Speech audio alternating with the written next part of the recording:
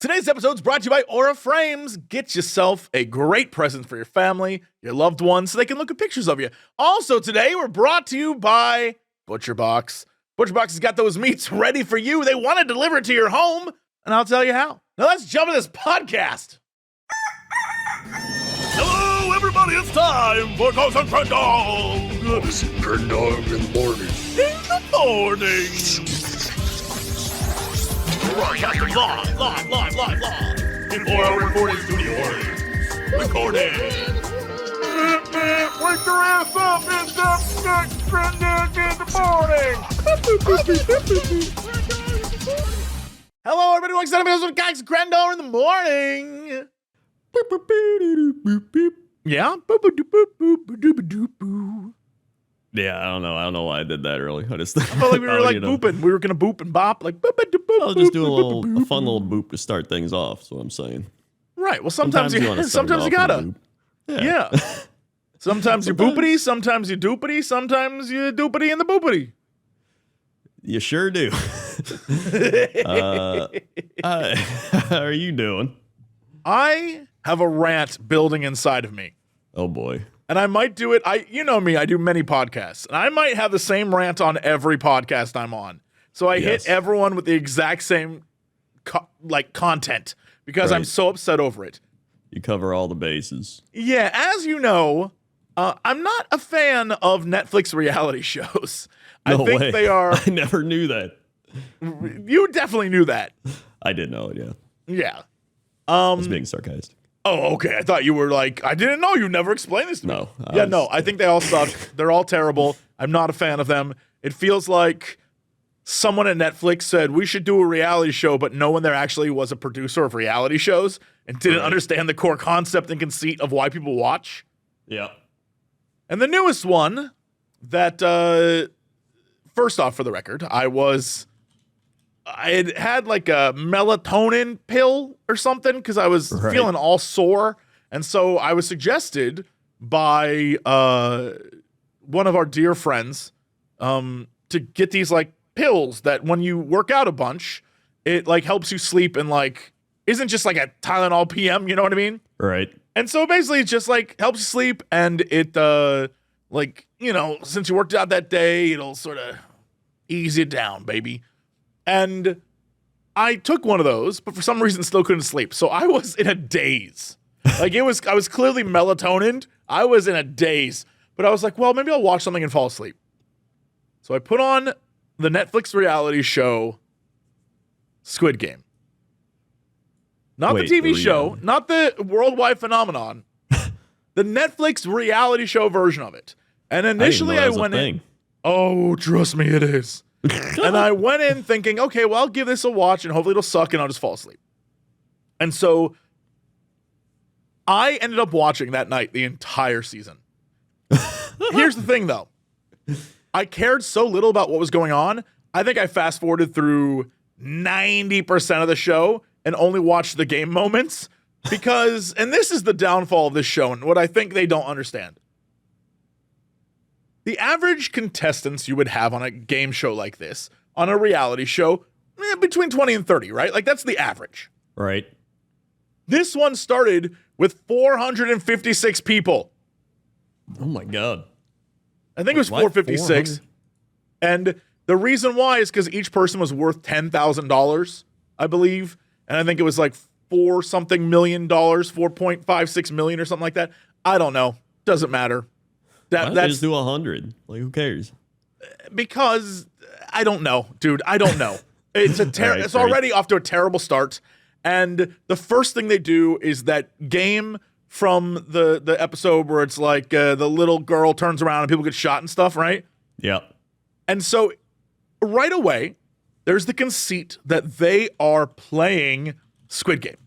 And so you would think, okay, when they die, what happens? Like, I gotta watch. I gotta see what happens. And someone must have told them when you get shot, and they have little squibs in their chest, so when they're out, their squib explodes and it looks like they got shot. Right. And I guess someone told them when you get shot, fall to the ground and pretend like you're dead, which is already very morbid and weird. Yeah. But the fact that some people do it and some people are like, nah. Like, one guy got shot and just looked at it and was like, oh, man, like, walked away. And then some people get shot and they, like, slump down and start acting. And some people get shot and they just kind of sit on the ground like, oh, man. Very weird. Already very weird. Right. But because it's a reality show, they have to have certain characters you want to follow, right? Like, that's the whole point. And at the beginning, they have all the tropes. There's the young kid with his mom. And by young kid, I mean he's probably like 22, Right. with his mom, and they're both there because the mom wants to test herself to see if he can still compete and do things, and the son wants to, he was almost killed or he almost died in some terrible way, and he's like, I'm back, I want to show the world I can do this, right? Then there's the guy who's the jock, and he's like I'm an asshole, no one can tell me what to do, and I'm gonna run this shit. And then there's sassy girl A and sassy girl B, and they don't get along. And then there's one girl who's like the gamer girl. And then there's the old man, and the old man, he connects to this sort of young, tough guy, and they become like father and son, and he keeps calling him Gramps. And like, there's this whole thing going on where it's, that sounds great. Okay, I guess I can get behind these characters and see what they're doing. And here's the problem. There are 456 people, Crendor, and at the beginning, they focus on certain people. Right. But what happens over the course of 8 episodes is, because there's so many people and there's so many random factors, a great example is, at one point, this guy who is, I think he was either a coach or a former cop or something, and he's been kind of leading a lot of people, and he's been trying to show people, hey, yeah, if we just do this and we do this, and he gets killed, air quotes, by random chance. So they spent 3 episodes building a character, and then he's gone. And it's like, oh, okay, so who do we follow now? And you would think what they would do smartly is in episode 1, focus on a huge variety of characters. And then as the episodes whittle down, because you have who wins at the end, you would focus on whoever won and the people surrounding them so that you get a full story over the 8 episodes. Right. No. I think they probably assumed we would guess then who was going to win based on who they focused on. Right. Who they focus on does not matter. What ends up happening is, a great example is the guy who got out by random chance. The next episode, they just decide to focus on someone totally different you've never met before. And it's like, this is a random redheaded girl that you've never seen in any of the episodes. She's just here now. And we want you to care about her. Or there's like this old Asian woman. Everyone's like, damn, she is the smartest person here. I do not remember seeing her in the first 5 episodes at all. I don't know where she was. I don't know what was going on. They set up emotional beats and emotional moments where, they do a thing where they end up pitting friends against each other. And it's supposed to be like an emotional wreck. I didn't know who 90% of the people on the screen were. And they spent time with each of the groups. And I'm like, I don't know these people. I don't give a damn who lives or dies. Like, none of this matters to me. Right. And they keep doing that where they'll hype up a character. Like, they had one guy who they kept focusing on. They had so many emotional beats about this guy. And then they play a game of Battleship, which I'll admit, the Battleship episode was really cool. I actually liked that a lot. Thought that was kind of a fun game. But in it, it's all about this dude and about how, like, oh man, this guy, he could go all the way. This could be it. He didn't even have any of it in his hands. He was killed because someone else made a mistake. And it was so anticlimactic. It was just like, oh, okay, so what? Okay. Like, another great example is you saw the show, right? The TV show? Yes. So, the one where they're like going from block to block on that pit?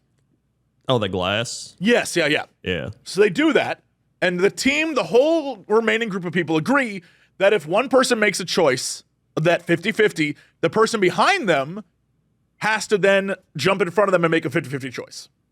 So everyone on the team has to at least do one 50-50. What ends up happening is the guy in front jumps, he crashes through. Next guy crashes through. So the third person is like, all right, I made it. I got my 50-50. Girl behind me, it's your turn. And she doesn't even look at him, doesn't move, doesn't do anything, refuses to talk. The rest of the team is like, damn, she betrayed our whole plan. Like, she's ruined everything. This lady's the worst. And then, so the guy in front jumps, he crashes through.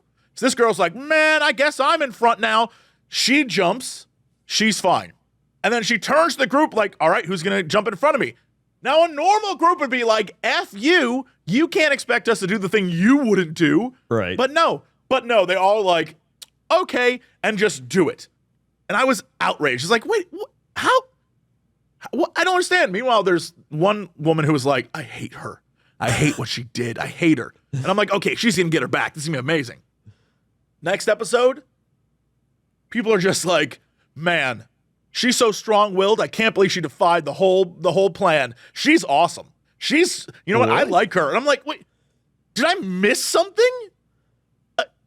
No people would act like this. Like, you know what? You screwed us all. But also, thanks. You're amazing.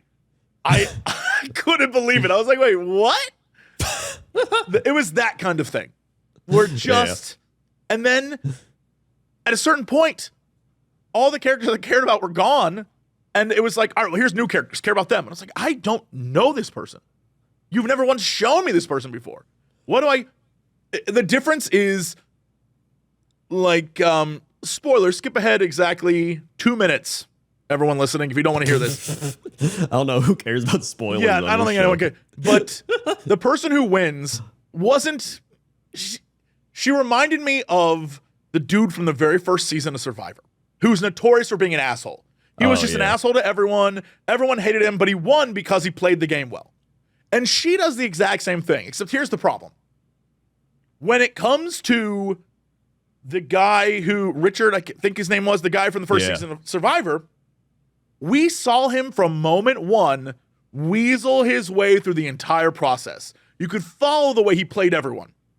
This show, this woman shows up with 3 episodes left. I don't know her at all. And suddenly everyone's like, she's the best player in the game. Like, what? What do you mean I've never seen her once.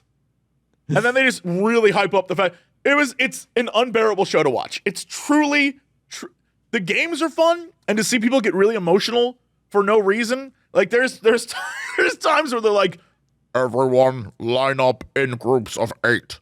And then people get in the groups of 8. And then this one girl starts crying. She's like, it's so stressful. I'm like, it's just a game, girl. These people aren't actually dying. Like, what are you? And they're like, oh God, oh my God. There's there's the one where they have to chisel out the cookie or candy or whatever the hell that thing is. Oh yeah, that one. And they're like, okay, you all need to go and pick a door, and that's going to represent everyone in your line. The first group goes, they refuse to cooperate with each other. And all 4 are killed, right? They refuse to, because no one wants to take the umbrella. So all 4 are killed. And they're like, all right, next group go. All 4 are killed. They refuse to cooperate. Here's the thing. I would refuse to cooperate too. I'd rather them shoot me right then than be the sucker who they convinced to take the umbrella. Yeah. Because spoiler, the group they did convince to take the umbrella, all but 2 were taken out. Like, yeah, no shit. So I would have been like, no, if you guys want to be dicks about this, all 3 of you can go home with me. But everyone, for some reason, was just like, I don't want to be shut up. And put all those people, oh God, I killed them all. Like, you didn't do anything. You did not. It's a game. You did nothing. You did nothing. Yeah, this show sounds like it sucks. It sucks. It sucks. Okay, spoiler again. Who wins at the end then? The little Asian lady who everyone was like, this lady's so smart. She's playing a game. The first time I recall seeing her on screen is she was saying that one of the men were unbearable, and then that man saved her, and she immediately switched to being like, he's my savior, and I love him, and I'll never forget him. And then she immediately forgets him and moves on to backstabbing everyone and trying to play the game really hard, that kind of thing. She's really good at deduction and reading people's faces. Like, a great example, she's playing rock, paper, scissors with the guy. And from moment one, she's like, this dude is a man. And men usually choose rock or scissors because they're very masculine and tough. So I'm going to use that against him. And she destroys this dude, by the way. She's just like smarter than everyone else, right? Yeah. But she's just not interesting in any way. And you meet her with like 3 episodes left. And I don't know. I don't know if people were supposed to dislike her, or I was so indifferent on whether she won or not. The final round was between 2 characters who I barely knew. And I was like, I feel like this could have been edited so much better. Yeah. I feel like they probably did the thing where like, we don't want to give it away who's going to win. But then it's like, that's what makes the show like watchable, is because then you can follow the person. But like you could have multiple people feel like they're going to win. So it's not like you're going to figure out the one person will win and be like, oh, it's probably down to like these 15 people we're following or something. That's what sucked is at the beginning, it was that, right? They'd have interviews with people and there was the different tropes of characters. And it felt like, okay, any one of them could win, but you had a favorite. By episode 5 or 6, every single one of them, I think, was gone. And so they had to keep filling in people. And you're totally right. I feel like they set it up at the beginning so you'd pick someone and then you'd be shocked when they, air quotes, died. Right. But the thing is, the reason why the show is good is because in the TV show, the actual Squid Game, there was a main character that you're following. Yeah, that's what I was going to say. Like, I was like, in the real show, the guy is going to win, but you're following it the whole time. So it's like, you just still don't care. Like, it's still stressful. Yeah, there's other characters you meet along the way who are his friends. There's there's other things. You're like, wow, I don't want that person to die, but they're going to die. Like, that's the drama of the show. This had none of that. I'd watch the various games to see what spin they'd have on them. But, there's the marble game, for example. They made these teams go and play marbles against it was like friends versus friends. And it was crazy because you got to see people, get stressed and fight with their best friend they made there during the few days they were there. And I thought that was fun because it was a very human experience to see people who moments before were best friends and now they're going against each other. And you could see the people who were like, hey, dude, whatever happens, we'll just do one marble. And I love you, bro. Versus the people who you thought were really close. And it was very clear they were just 2 assholes that like joined together. Right. And I was like, okay, that's interesting. But then you're reminded how goofy it is when at the end they play really sad music. And then it shows like all their friends like slow walking away while the one who remains gets like blasted. But it's like fake. And they're just like, oh, they fall over in the dirt. Or like, this one older woman just sat down and they shot her and she just leaned up against a wall. I was like, what the hell is this show? And then the worst part is after it ends, they do one of those like, but the game's not over. If you want to audition right now, you can go to this website and audition to be on the next season. Like, there's no need for another season. This show sucked. Genuinely sucked. It's, the thing I was going to say too is like, even if something's going to happen, it still can be stressful. Like, there's plenty of times you rewatch like movies, like you rewatch like Lord of the Rings or something. You still get stressed out when they're fighting, and you're like, man, I hope they get out of this, even though I've watched it like 20 times. And I know what's going to happen. The smart money would have been, like you said, there's 15 people they follow out of the huge group. And that 15 people, because they were on set, they know who the 2 final people are. If you start from there and backtrace it, you can go all the way back and then focus on the people around them and build out the show. And then it leads to when the 2 of them meet at the end. But instead, it's 2 people who they barely even show on film. The one guy was on it a lot more than the Asian woman, but that dude, it was barely in it because he was like always part of alliances and he was in the background. Yeah.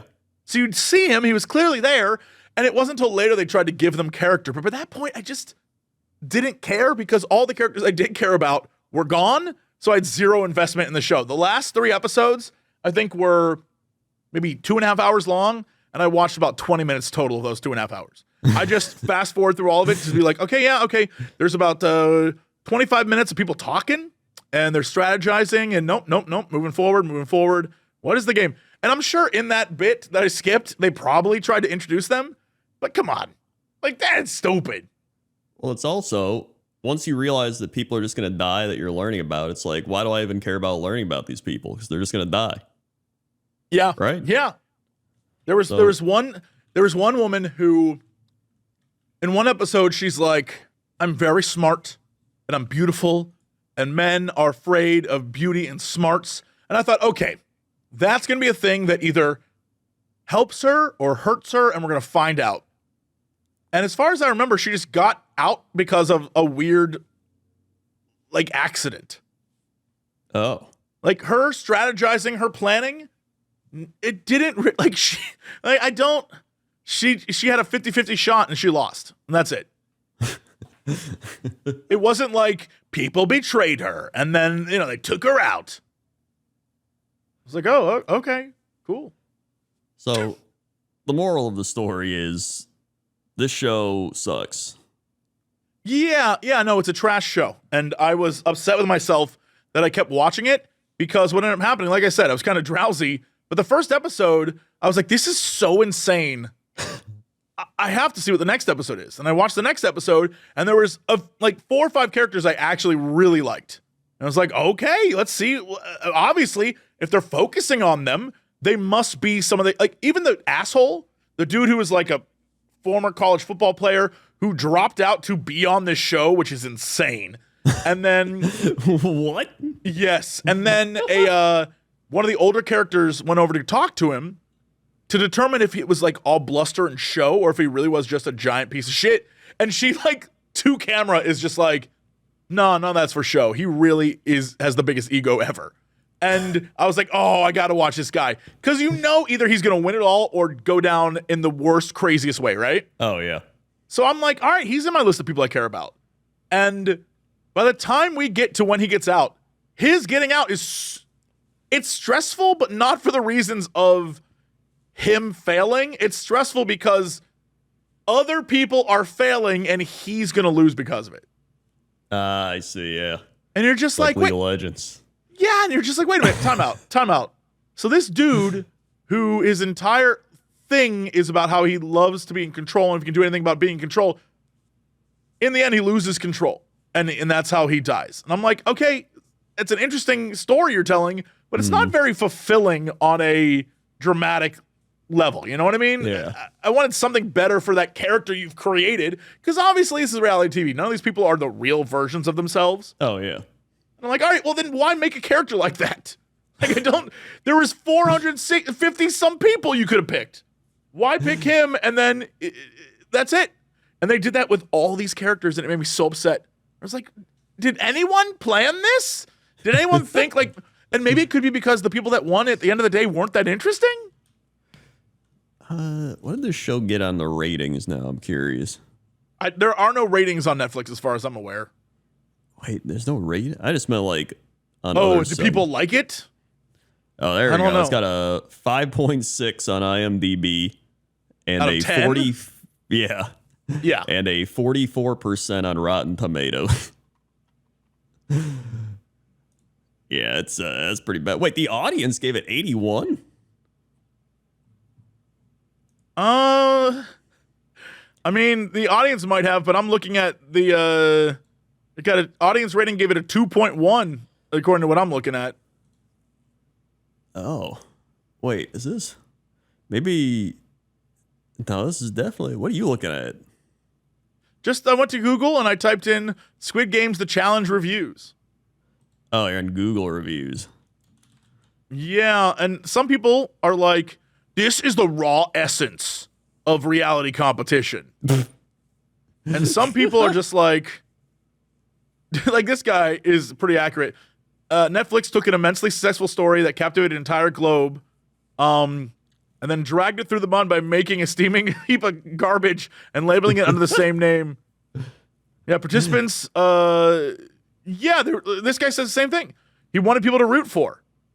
But every single person selected to participate that was developed through interviews absolutely was downright cringeworthy the way they went out. And it's true. Like, everyone, like, there's so many. There are 790 reviews on Google Reviews, and a vast majority of their 1 star. This There's a person lot of- said, I have even read reports that they were fitted with dummy microphones with their flights home pre-booked for the same day for a bunch of the early elimination people. Yeah, that sounds right. Yeah, this is... I kind of want to watch one episode. Dude, I'm telling you, the red light, green light episode, the first episode, I was hooked on the fact that they were setting stuff up, right? And it's so it's so goofy. I had to see where it was going because there's no, the main event is, I don't understand what the stress is. You're doing red light, green light, and what ends up happening is the doll turns around and then everyone stops. But it isn't like the drama of in the show where people just get blasted, right? Right. The doll stops, everyone stops, and then these people wearing the pink outfits in a fake-ass control room with fake-ass screens press buttons that are fake, and then random people that we don't know if they stopped or not. There is no indication whether they stopped or not. Just start exploding. Like, poof, poof, poof, their chests explode. And like I said, some of them sit down, some of them fall over dead, some of them like look at the blood and are like, oh man, and some of them just walk away. And I was just like, what the hell is this? And the only one that was even remotely dramatic is this woman is like trying to crawl or something, and she gets caught in a really awful position where she has to hold it, and it doesn't turn around again for a while, and so she like can't do it anymore. And instead of falling dramatically or whatever, she just gives up and sits down and then gets blasted. And you're like, wait a minute, what? And she's crying. She's like, I was like, you were in round one of a game. Sure, there's millions of dollars on the line, but like, it's round one. If you can't make it through, fine, enjoy your time and go home. Like, they're making it so serious. Yeah, I just love the fact that some people like following someone else is like, yeah, fucking lost. I'm telling you, it's incredible. And it keeps happening as time goes on. And there'll be moments where the one where they're doing the cookie thing in the movie, or not movie, but the show, dudes walk around and just blast these people in the head. In this, it's like they're trying to get their cookie, and then they go, oh man, and they put their cookie down and they just sit there. A few seconds go by and then their chest explodes and they go, oh well. It's so crazy, dude. So crazy, so dramatic. Yeah, I just don't understand it. I don't understand what this was about. I guess there's 10 episodes total. The last few I just flew through. At a certain point, I just did not give a damn anymore. I was like, this show absolutely sucks. Yeah. What episode was the breaking point? When they did the jumping on the glass. Which one was that? Like 5 or something?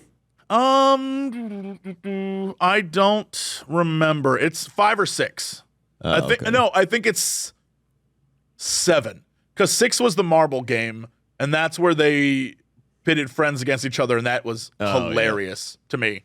Because they were, I mean, like, I thought it was ruthless the way they did it. They like purposely set them up to have like, you got to go compete against your friend, but yeah, well, that's like what happened in the actual show, wasn't it?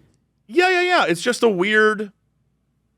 It's just like a ruthless kind of thing to do. So I had to watch. Like, That's but at that also, point, I was already kind of checked out anyway. At that point, because again, Yeah. by the time we got to the marble thing, out of the 15 or so characters I cared about, 3 were left. Well, the thing is, even with the marbles, like it happens in the show, and so there has to be some part of your mind that's like, I'm gonna have to play this against my friends or something, right? Like you've seen the show already, so there's got to be a part of you that even knows what's coming. So that kind of sucks. What's even worse about it is the episode ends on like a really tearful, at least for whoever who was making this, a tearful farewell, and it's like really sad, air quotes, and then the result of it is completely upended in the very beginning of the next episode. Like the characters that you're like, oh my god, I'm so happy they made it through, gone in the next episode immediately. And then you're left with a bunch of characters you do not like on this damn bridge, just like, I don't give a damn who wins. And from episode 7 on, I was just like, fast forward. Okay, fast forward. Like, just did not care. Well, I watched something. Okay. It was the Jim Carrey Grinch. You know what? All right. First off, yes, I know what you mean. But second off, for some reason in my mind, when you said the Jim Carrey Grinch, I thought you said the Drew Carey Grinch. I was like, wait a minute. I'm sorry, what? But never mind. You mean Jim Carrey. Yeah. Yeah. I was Drew like, Carey Drew Grinch Carey is- Grinch. It's just like bringing up Prices Right to people or like Yeah. talking about Cleveland. It was very weird. I didn't know what to think, but Jim Carrey's a different story. Yeah. It was literally the year 2000. And I watched it because my one friend was like, dude, I always watch the Jim Carrey Grinch. And I was like, I remember the ads for that, but I never watched it. So I was like, you know what? I'm going to watch it. And it was the Jim Carrey Grinch. Oh, you mean I thought Jim it was gonna Carrey be. dressed up in a costume being Jim Carrey? Yes. It was just Jim Yeah. Carrey, but with a Grinch thing on, going like, here I go, I'm the Grinch. And then he'd like, do Grinch things like, out of my way, I'm stealing the presents. Then the kids are like, oh, jeez. And then That's a really good Grinch you're doing, by the way. I'm stealing these presents. It's borderline Nick Cage, but I think maybe that's the point. Yeah, I think it is. It's got to be a little Nick Cage in there. But he's more like, but honestly, like it's kind of a kid's movie, right? But it's like, Yes, and it's Dr. Seuss. But there's something that felt good about it. And I was trying to piece together what it was. And I think it was how that wasn't all CGI. I think I really like, kind of like how Lord of the Rings isn't all CGI either, right? And that was like 2001 or something. So it's just like they're actually doing like old timey movie things, like having props and like there is some CGI, but they like blend it together really well. And I was like, I kind of just like that. Like that's what I enjoyed the vibe of it that it gave off. And I totally agree with you that in the mid 2000s we started to get very much away from that. There's a great documentary. I think it might be about Star Wars. Actually, it might be James Cameron. Actually, it might be Arnold Schwarzenegger. It's one of them. Doesn't matter. I think it's Schwarzenegger talking about making Terminator and the idea of special effects and graphics and things. And the idea for years and years and years was, okay, we're going to spend weeks planning shots because in post, we have to add this digital creature or digital special effect, and we have to know exactly the camera angle, and we have to, and it took forever. And it would be, like in Jurassic Park, there's a few special effects shots, but they would we have 15 special effects shots. We need to make sure that these things look amazing because we only get so many takes, and we only, we have to nail it. And at a certain point, computer generated whatever became so commonplace that, and this is the example they used in the movie The Flash, the one that recently came out. Oh, yeah. They did special effects and stuff before some characters were even on screen, and then they'd green screen them into the shot. And what they would do is they'd film scenes from multiple different angles so that whenever they needed to, they could use the right angle for their weird pre-rendered graphics. Right. And spoiler, you can definitely tell. It's atrocious. And I think, you see Disney, you see the graphics keep getting worse and worse and worse. And it says a lot about the fact that that's where the movie industry is right now. It's not very good looking. Yeah. It's just like everything's the same. It's just boring.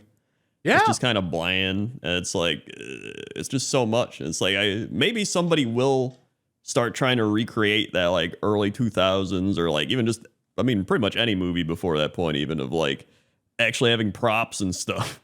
Like it was just great. And what's crazy is go back and watch Lord of the Rings again, the first movie, right? Yeah. The Fellowship, I'm not sure if it's been edited out, but when the Nazgûl show up, their faces are digitized pitch black. And so in the current iteration of TVs and the way we watch stuff, it's very noticeable. You can see someone gradiented in a black circle where their face would be. Yeah. And at the time, of course, we didn't notice because, just technology is better now. But now it's very noticeable. Just like if you watch Star Wars in modern day, you can see the squares around the TIE fighter as they move through space. Oh, yeah. And it's just like, there's something kind of fun about it, where Yeah. it's a product of the time. And sure, it doesn't look perfect, but that's because it was made in 70, or Lord of the Rings is 22 years old. Which is crazy, yeah. So, it's that kind of thing where sometimes it's fine to let things age. Yeah, I agree. And so that's why I see there's like new Grinch movies and all this stuff. But I was like, you know what? I just like the vibe this one has, even though overall the movie's like a 6 out of 10. Yes, I mean, But- most of those Dr. Seuss movies aren't great. It's like, how do we take a 12-page book and make it a 2-hour movie? And they add like Yeah. wacky scenarios and like goofs, and it's like, I don't know. This one isn't working for me. Yeah, no, I agree. But it's the type of thing where once a year you could like put it on while you're doing something else. So you're like, hey, that's kind of fun.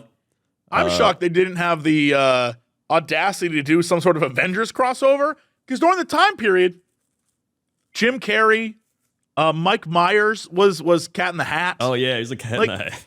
If they could get all these people, like if they could do the Lorax, right? They got the Yeah. Danny DeVito. If all of them are in one movie, that might be the best movie ever made. It really would. They do get somebody for green eggs and a ham or something. That's what they had that movie. Oh wait, did they do green eggs? They and had a ham? Horton Hears a Who movie. They had all that stuff. Yeah. Yeah, I remember Imagine they did the the Lorax recently. crossover. It would have been amazing. Yertle the turtle. You Yeah, remember dude. Yertle? Yeah. Oh man. They could have done it. They could have had the greatest movie ever made. The most Seussian movie. Yeah. They what was the other one? Dude, I used to watch the Butter Battle. There's like a cartoon Butter Time out. Battle. Whoa, what? You ever saw the Butter Battle? I'm going to have to Google the Butter Battle. What is the Butter Battle? Yeah, the Butter Battle is a Dr. Seuss book where one town butters their bread on the top and the other town butters it on the bottom. So they hate each other and they keep trying to fight each other. And then at the end, they're like both going to drop a explosive like peanut on each other. And they're both there. Apparently, it's like a book about the Cold War, pretty much. I see that all 23 minutes of it are on YouTube. The Butter Battle book in 1989, full episode, high quality. It exists. Yeah, they made a cartoon out of it, like that specific book. Yeah, a Cold War between two lands over a ridiculous dispute leads to a perilous arms race. Yeah, so they hate each other going back and forth. They're like, I'm gonna shoot you with a slingshot. And he's like, I got 10 slingshots. And he's like, I got a bobbity bop bop. And it's a big thing that has like 20 slingshots. Then they're like, oh yeah, well I got a dog with a slingshot. And they're like, oh yeah, I got a mech with slingshot. They like go back and then they're like about to pretty much nuke each other. And then they're just standing there, but then they don't do it because the at the start of the book they're talking about the past, so they clearly didn't do it. But it's it's about the Cold War, and you're like, damn. You know dude. what's absolutely crazy about this is the actors that are in this, the voice actors. right? One of them, because this is 1989 is when this came out. Yeah. One of the actors is literally the dude who played the original Emperor Palpatine in Star Wars. Oh my god.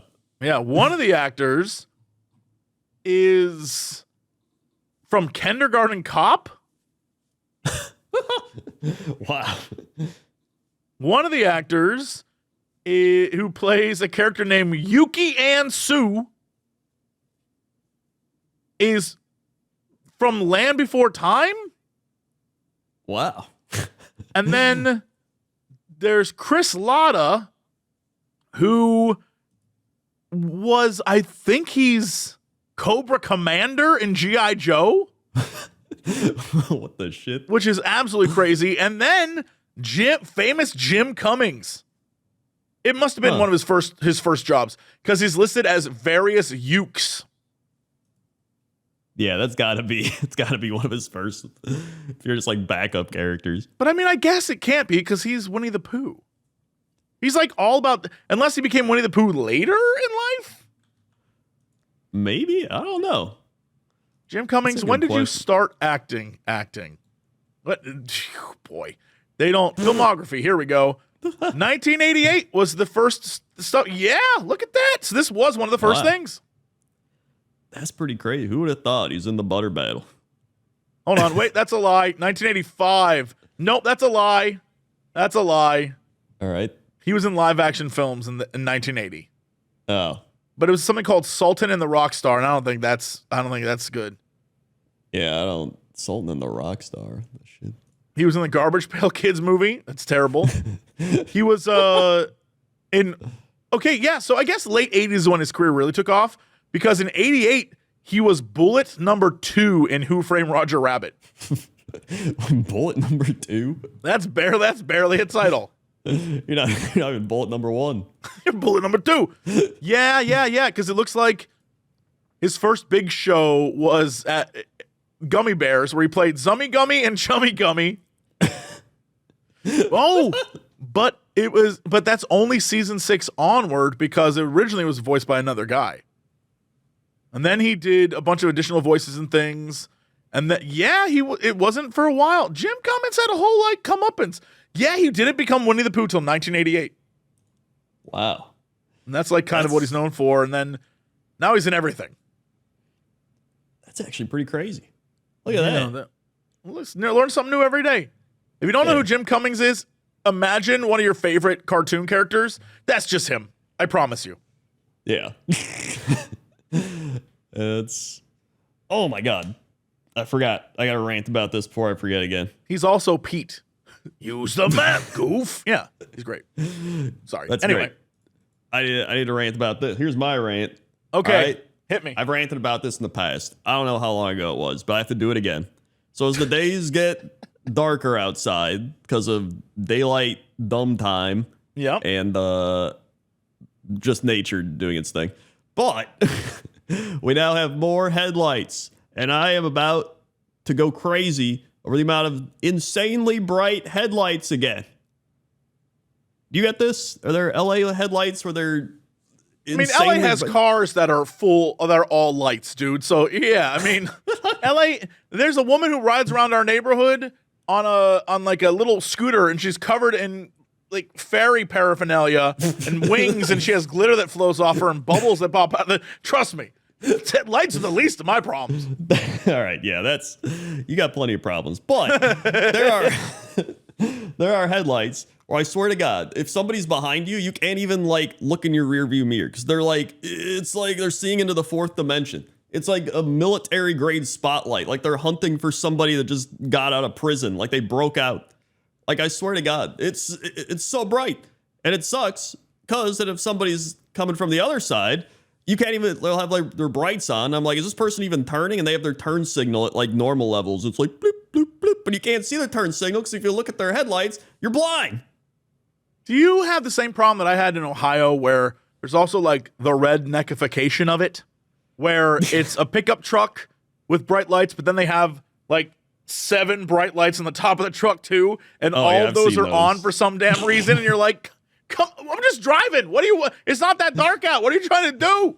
There's not many of them, but there's a couple. I've seen some trucks that are insane too. And then apparently this is the big thing. There's Reddits about the headlights. There's I've seen videos, a news thing did a thing about the headlights. People are getting into accidents because they can't see because they get blinded, and then they run into something. There's I've seen TikToks with it. There's this girl yelling I got astigmatism. I can't even see because the person behind me is insane. But then there's the people defending it. They're like, all you gotta do is angle the lights down. Yeah, well, guess what? Nobody does it. Nobody does that shit. Nobody angles their lights down. All right. So you gotta make some sort of law against it. Where hey, if you got them, you have to angle them down. Otherwise, you get ticketed. That has to be a thing. And then there's people whoa, I couldn't see the road till I got my bright headlights. Well, maybe your vision sucks and you have to get your license revoked. Too bad. If you can't see if you need military grade spotlights to see the road, maybe you shouldn't drive. Apparently, this is a very American problem. Hey, if you're overseas, let us know. But apparently this is a very American, maybe Canadian problem, where LEDs and HIDs are more popular than ever, right? So it's brighter, more blue light stuff instead of the old soft white yellow color, right? Mm-hmm. The second thing is that these lights are much, much, much better for a driver because you can actually see the road more clearly, but worse for anyone you're shining the light on. Yeah, anybody else. Yeah, and the lights need to be adjusted frequently, I guess. Yep. People just don't do that.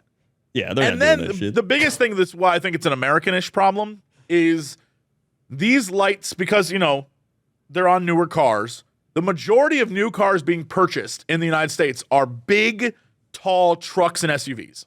Yep. And the lights are always at your rear view mirror level. So you're always getting blinded from behind and blinded from the front, where before, if it was smaller cars, you wouldn't have that issue because the lights would be underneath where your trunk would be. Mm-hmm. And so having traveled a lot, having seen the rest of the world, they don't do big cars like us. We love ridiculously big cars. Yeah. And they that also sounds don't drive as much in Europe. true. But when they do, they drive like the BMW Tiny Boy. Yeah. Yeah, the Triton Miniman. Yeah. Just Plus, over here, like the people just be like, yeah, you don't like my lights, deal with it. Like, you get those people. It's like, that's great. yeah, because we're very selfish. We would rather be able to see extremely clearly and blind someone than have I don't know, maybe if you can't see at night, you probably shouldn't be out driving. That's what I'm saying. If you need like these insane lights to even see the road, maybe you shouldn't drive. Maybe you're just bad at driving if you can't see the road with normal headlights. Yeah, this guy on this post says, technology advances, the lights are better for the purposes of safety. It sounds like maybe you should change your driving locations and times of day when you drive. If the glare is significant, make sure the inside and outside of your windshield is cleaned well as wash your glasses if you wear them. Also, don't look directly into oncoming headlights. And someone just responded, fuck you, asshole. Yeah.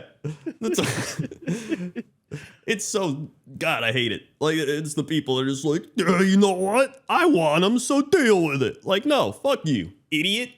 All right?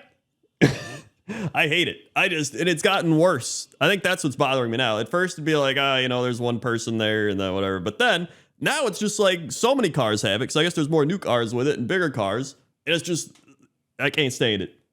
There needs to be some sort of law done. Because the thing is, like, you can't even drive with your brights on or whatever. You get pulled over, like, whoa, you got your brights on. This shit's brighter than brights.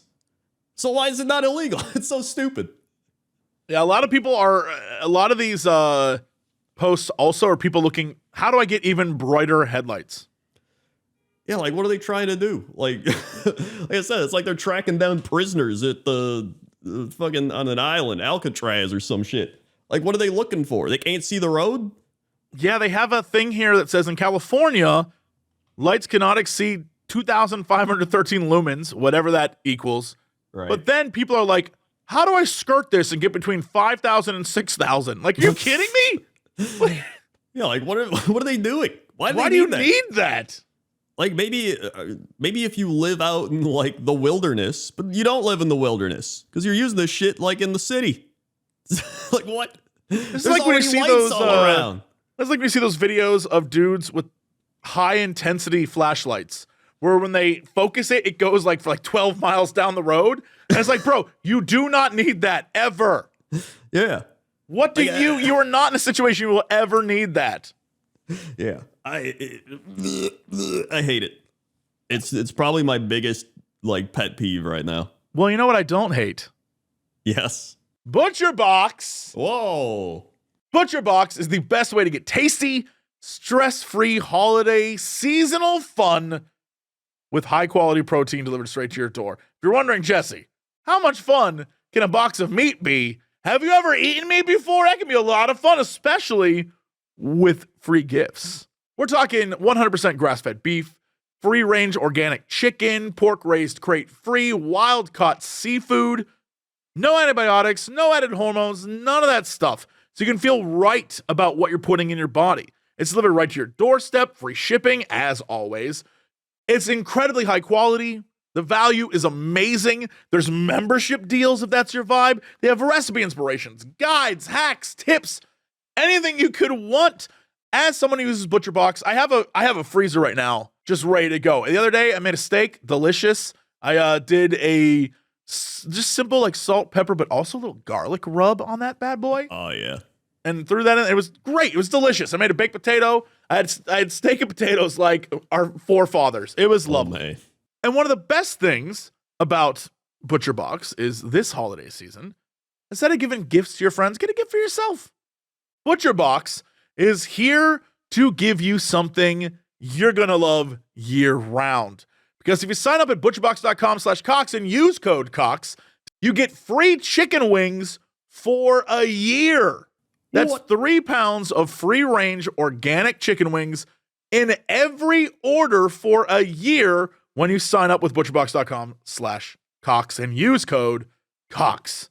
As a person who loves chicken wings, this is an incredible deal. 3 pounds? That's so many chicken wings. I am here for it.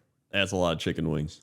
Again, this deal is going to get you a ButcherBox with the amazing meats you've come to love from ButcherBox. But more importantly, free-range USDA certified organic chicken wings. You can't beat that.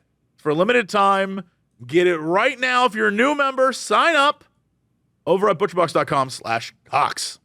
Also, today we're brought to you by Aura Frames.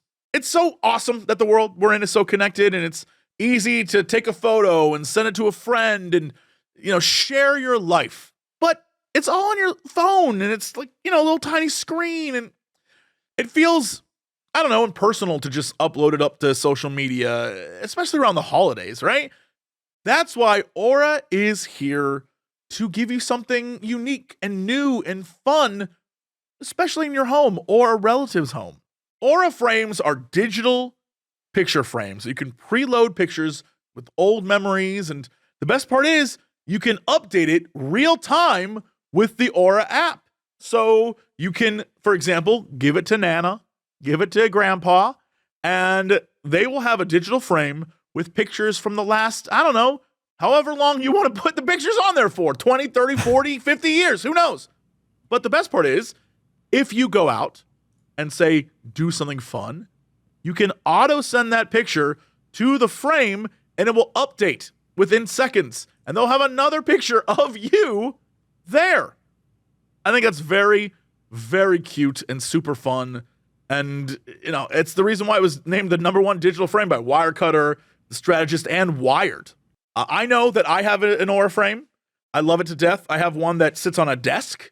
You can get one that is on the wall, but I have one that you can sit on a desk. I take different photos and do different things. For example, if you saw me at the awards show, the Game Awards, I took a bunch of photos and I put them all in that frame, so now it cycles through them. So I can be reminded of the one time I thought I was famous. It's pretty great. If you want to have the exact same feeling, visit auraframes.com. That's AURA frames.com today and get $30 off their best-selling Carver mat frame with the code COX. These frames sell out quickly, though, especially this time of year, so get it before it's gone. That's auraframes.com with promo code COX. Terms and conditions apply. Again, auraframes.com. Use code COX to get 30% off their best-selling Carver mat frame. All right, Crendor, let's go to traffic. Let's send this guy. How's that traffic out there? Oh man, traffic, let me tell you, it is once again terrible. It's been pretty bad all the time, but now it's getting real bad because we're almost halfway through December and it's picking up. Holiday stuff, people are driving around, they're coughing, they're sneezing, they're blinding you with their headlights, they're trying to get wherever they're going. And then 2 weeks from now, we got ourselves holidays. So, gonna get even crazier out there, so watch out. Back, dude. You know what? It just hit me just now. Yeah. We are 20 days away from the end of the year. Yep. I will say, though, unlike the last few years, this year felt like it went on forever for me. Yeah. In fact, I'd say for me, it was like a normal year. It wasn't too long. It wasn't too short. I was like, yeah, it was been about a year. This year felt long for me. And it was a long year. And usually the last couple of years have flown by, but I think, again, COVID and stuff. Oh, yeah. But I can't say I had a lot of, solid core memories. You know what I mean? I had a bunch of fun stuff happen, but also, if you were to say, Jesse, what were you doing in February 2023? I could give you an answer, but it would probably be what I was doing in February 2018. You know what I mean? Like, I don't quite remember. You know, thinking about it, I think the first half of this year, I can like barely, it feels like a long time ago. That's what I'm saying. The year feels long. It feels like February was 10 years ago. But to me, the summer actually went faster. So I think I Agreed. have like a tale of two halves. I don't know why that would be. I couldn't explain it, but I totally agree too. It feels like this, for me, the beginning of the year felt like it was 10 years ago. The summer just flew by. And then since October, it's felt like a day. Time is like, if you were to say, Jesse, what were you doing in October? Probably the same thing I was doing last week. I don't know. I couldn't tell you. Yeah. No, that's how I feel too. I agree. It was a wacky year. What a wacky year. 2023 is what a wacky year. What a wacky year. So crazy. That's the traffic. All right, let's go to weather. Woo, weather time. We have a weather request for Yak, Montana. Just like YAK? YAAK. Well, of course. Also, this place is a unincorporated community and census designated place in Lincoln County, Montana. So I'm sure this will be great. Yep. They said, we drove through there on a road trip a few years ago. Tiny little place, middle of nowhere, and they have a spot called the Dirty Shame Saloon with bras hanging from the ceiling. Apparently, every summer they throw a crayfish party and ship in crayfish by helicopter to the local lake. I get it. Local lake is pretty much all this is. It sure is. There is, if you drive through here, I would normally be like, oh, damn, there's so many cool places to look at. There is Yak School temporary closed, Overdale Lodge, Yak River Outfitters, and then 3 buildings. The Yak River Mercantile Tavern, the Dirty Shame Saloon, and Coffee Shack with 2 A's. Oh yeah, because it's like Yak, so they did 2 A's on the shack. I get it. And if you're trying to figure out what kind of coffee's there or how that is, the only photos they have on the internet are one of the building, which looks like a shack, and then one of a dog standing next to the building. That's it. Yep. That's it. That's all you need to know. That's all. Yeah. If you go in there, there's gonna be a dog, and that's it. Well, currently in Yak, Montana, I'm gonna let Whoppy do it. Whoppy activated. Currently, Yak, Montana, 32 degrees Fahrenheit. Feels like 32 degrees Fahrenheit. Humidity 100. Pressure 30.16. Visibility 8 miles. Sunrise 8:25 a.m. Sunset 4:46 p.m. Dew point 32. Wind 2 miles per hour. UV index 0. Moon phase waning crescent. 10-day.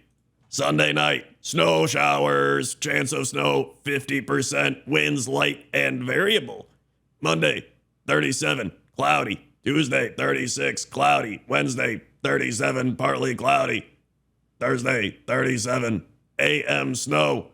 Friday 39. AM cloud. PM sun. Saturday 38. Partly cloudy. Sunday 36. Partly cloudy.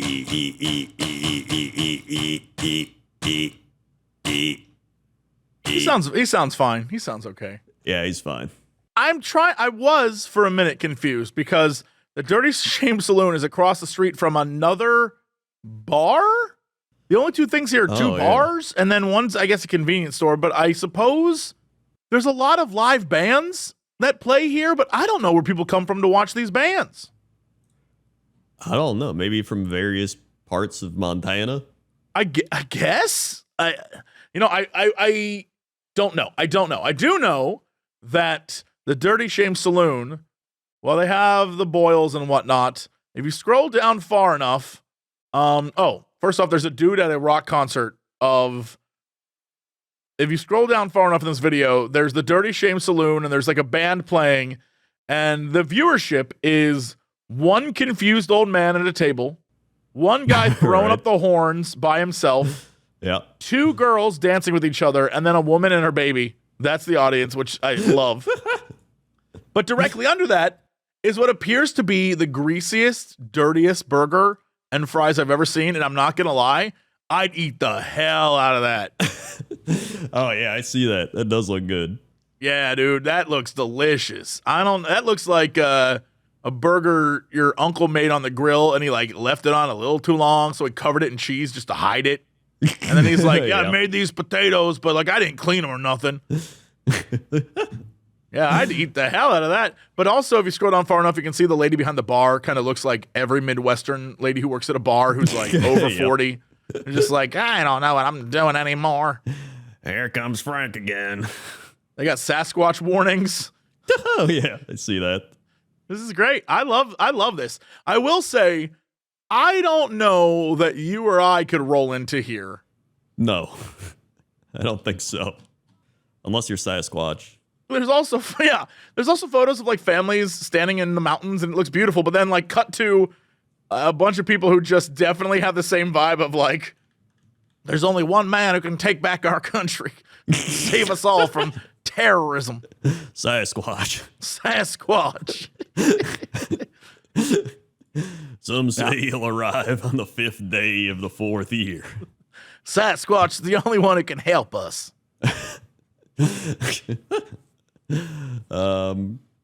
Yeah, so that's the weather. That's the weather. All right, let's go to sports. Sports. Ooh, we got sports today, I'll tell you that much. We have football scores. We had the Eagles and Cowboys playing tonight. They haven't played yet as of right now. We had the Buccaneers beat the Falcons, Bears beat the Lions, Bengals beat the Colts, Browns beat the Jaguars, Saints beat the Panthers, Jets beat the Texans, Ravens beat the Rams, Vikings beat the Raiders 3-0 in a boring game, 49ers beat the Seahawks, Bills beat the Chiefs, and the Broncos beat the Chargers, and on Thursday, the Patriots beat the Steelers. Wowee. Then we had we have hockey standings where Boston first place, Florida right behind them. In the Atlantic, and you got the Rangers in first with the Flyers right behind them, the Avalanche in first with the Stars behind them, and then the Golden Knights in first with the Canucks and the Kings right behind them. In basketball, the Lakers won the in-season tournament. Cool. And then doesn't really mean anything unless you're on the team, and then I guess the players win some money, which is like the bench players mainly care because they're not making that much, but LeBron James, I doubt, really cares that he gets more money. Yeah. The Timberwolves are still in first, and the Thunder in second. Mavericks, Nuggets, and Lakers all tied in third. And you got the Celtics in first in the East with the Magic and the Bucks right behind them, and then the 76ers, Pacers, and Cavaliers. And that is sports.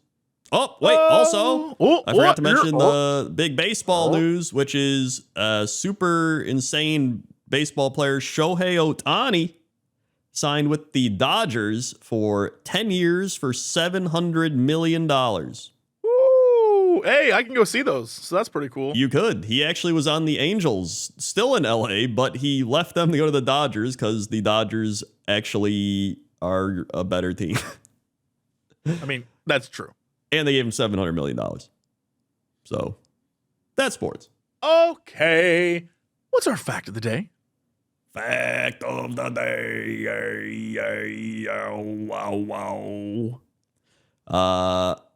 The sun makes a sound, but we can't hear it. Oh, I bet it's like... Oh, it's gotta be. I'm the sun, bitch. Yeah. That's definitely what it is.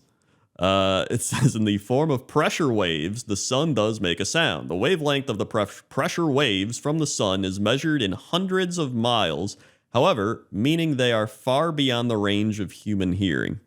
So that's definitely got to be like... Well, I mean, yeah. I mean, like, I thought it was going to be something else. No, it's pressure waves. But I guess, it's like any wave, because there's got to be some sort of sound thing. But yeah, I just feel like it's hot there, so it's probably like bubbling up, right? I don't know science. I mean, the more I do this show, the more obvious that becomes. Yeah. I feel like if anyone tuned in this to hear us talk about scientific fact, they're on the wrong show. They should be listening to anyone else besides us. I don't know why it took you this long. You said the more I do this show. I think we knew this like 10 years ago. There's no science here. And that's your fact of the day. All right, what's our big news story of the day? Big news story of the day. Hey. So the big news story of the day here is that a shocking video shows Disneyland streaker going naked on It's a Small World. I have seen this, and I'm not sure why. And I don't know that. I feel like that's probably not something I should admit publicly, but I've seen this. Was I there? Am I the Maybe you were streaker? there. I don't know. Yeah. It's possible. Seen it. I lived it. A man at Disneyland was arrested Sunday after he allegedly went skinny dipping in the waters of the iconic It's a Small World attraction. Which, if there's anything I learned, it's probably like The Simpsons, where now he's like, gotta take 20 drugs or something to fix him. Because if you drank the water, dude. Yeah, I feel like that's the end of this dude. Yeah, that's the end. Shocking videos on social media showing a man strolling around the attraction wearing just underwear and glasses as a pile of clothes sit on the ground. In another clip, the man is seen taking a seat next to singing animatronic dolls as music played. That's the one I've seen. Yep. Near the faux Taj Mahal. Stop, you're gonna get hurt. Stop, I need you to stop. Please just sit down. One cast member yells at the man as he roams around the dolls in a clip shared by somebody on Instagram.